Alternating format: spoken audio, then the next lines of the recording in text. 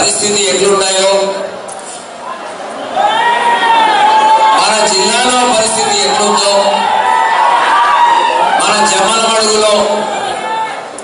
మన జగన్ రెడ్డి పార్టీ, మన వైఎస్ఆర్ పార్టీ పరిస్థితి మాత్రం చాలా చాలా ఉత్సాహంగా ఉరకలెత్తే పార్టీ శ్రేణుల చూస్తే చాలా సంతోషంగా ఉంది. మన పార్టీ అభ్యర్థిగా మన జగన్ రెడ్డి విశ్వాసం నుంచి ఆదినారాయణ రెడ్డికి మరొకసారికి ఆయన 2014లో టికెట్ ఇస్తే మన జగన్ రెడ్డి పార్టీ అభ్యర్థి కదా,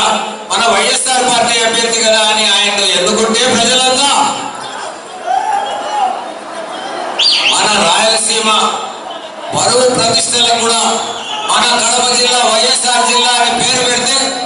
మన వైఎస్ఆర్ పార్టీకి ద్రోహం చేసినాడు, మన ప్రజల విశ్వాసాన్ని వంచినాడు, మన ప్రజల విశ్వాసాన్ని వెన్నుపోటు పొడిచినాడు. కేవలం తన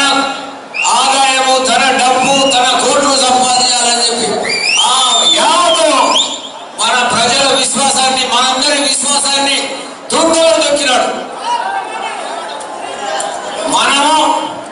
మనం బదులు తీర్చుకోవాలంటే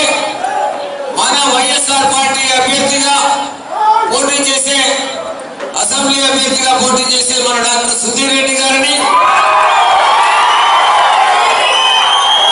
మన ఎంపీ అభ్యర్థిగా పోటీ చేసే అవినాష్ రెడ్డి గారిని బ్రహ్మాండమైన మెజారిటీతో మనం గెలిపించాలంటే ఈ రోజు నుంచి 2018 చివరిలో వస్తాయో, 2019 మే నెలలో వస్తాయో వచ్చే ఎన్నికలకు ఒక మన ధర్మ కురుక్షేత్రంగా భావించి మనమందరం కూడా సమాయత్తం కావాల్సిన అవసరం ఎంతైనా ఉందని మనస్ఫూర్తిగా ప్రార్థనాపూర్వకంగా మీకు అందరికీ మనవి చేస్తున్నాం.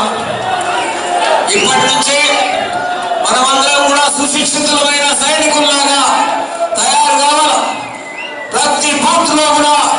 మనం నమ్మకమైన కార్యకర్తలు బలంగా నిలవాలి. ఏ ఒక్క పోలింగ్ స్టేషన్ లో కూడా ఎటువంటి అవినీతికి తావివ్వకుండా,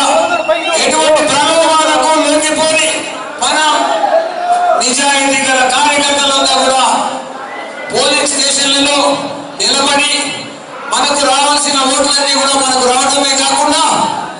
ఇళ్లలో కూర్చునే వాళ్ళని కూడా పోలింగ్ స్టేషన్లకు తరలించుతూ రావాలా. మన అభిమానాన్ని,